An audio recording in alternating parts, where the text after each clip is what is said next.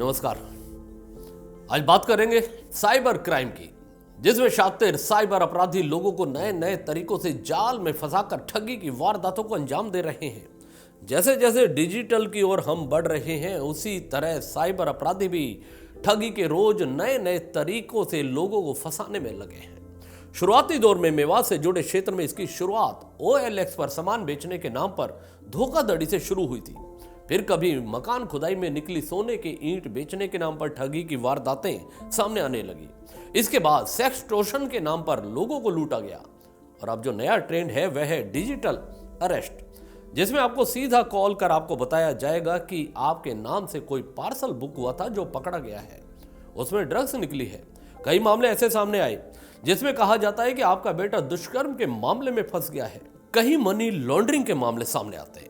इस तरह से एक माहौल क्रिएट कर दिया जाएगा। आपके व्हाट्सएप पर आपकी गिरफ्तारी के वारंट इश्यू कर दिए जाएंगे। आपको डिजिटल अरेस्ट कर कई कई घंटों तक आपको टॉर्चर किया जाएगा। यहां तक कि बदमाश मोबाइल पर बातचीत के दौरान यह दर्शाने की आवाजें सुनवाएंगे जैसे पुलिस, CBI और ED अभी आपको गिरफ्तार करने आपके घर पहुंचने वाली है।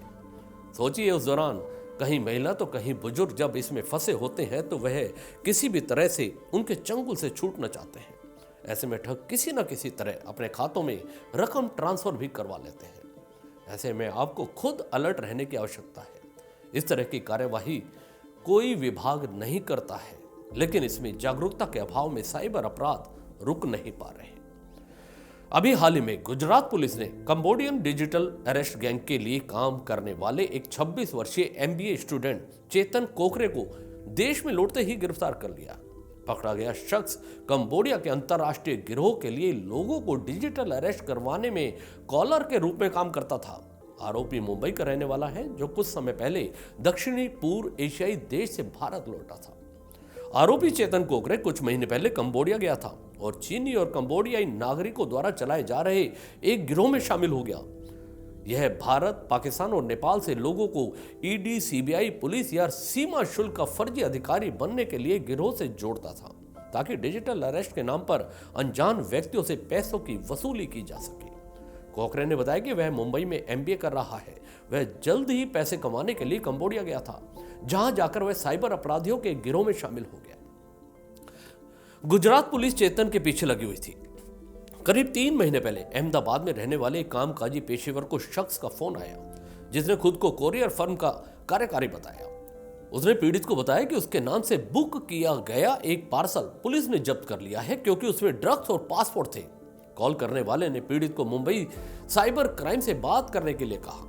इसके बाद कॉल करने वाले ने अहमदाबाद निवासी शख्स से पुलिस क्लियरेंस सर्टिफिकेट प्राप्त करने के लिए मुंबई साइबर क्राइम अधिकारियों से बात करने के लिए कहा। पुलिस ने बताया कि जब पीड़ित सहमत हो गया तो कॉल करने वाले ने वीडियो कॉल को दूसरे व्यक्ति से जोड़ दिया, जिसने खुद को मुंबई क्राइम ब्रांच का DCP मिलन बारमणे बताया था।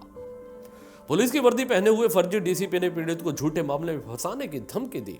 पीड़ित को आरोपियों ने 10 दिनों तक डिजिटल अरेस्ट करके रखा और मामले को निपटाने के लिए अपने बैंक खातों में 4 करोड़ रुपए ट्रांसफर करने के लिए मजबूर किया।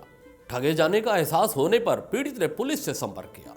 तकनीकी इनपुट और निगरानी के आधार पर CID ने कॉल करने वाले की पहचान मुंबई निवासी कोकरे के रूप में की, जिसने खुद को कोरियर फर्म का अधिकारी बताया था, और उसे गिरफ्तार कर लिया गया है। प्रारंभिक पूछताछ के दौरान आरोपी ने दावा किया कि MBA कर रहा है और पैसे कमाने के लिए कंबोडिया गया था। इसके बाद करीब 5 महीने पहले चीनी और कंबोडियाई नागरिकों द्वारा संचालित एक अंतर्राष्ट्रीय आपराधिक गिरोह में वह शामिल हो गया था।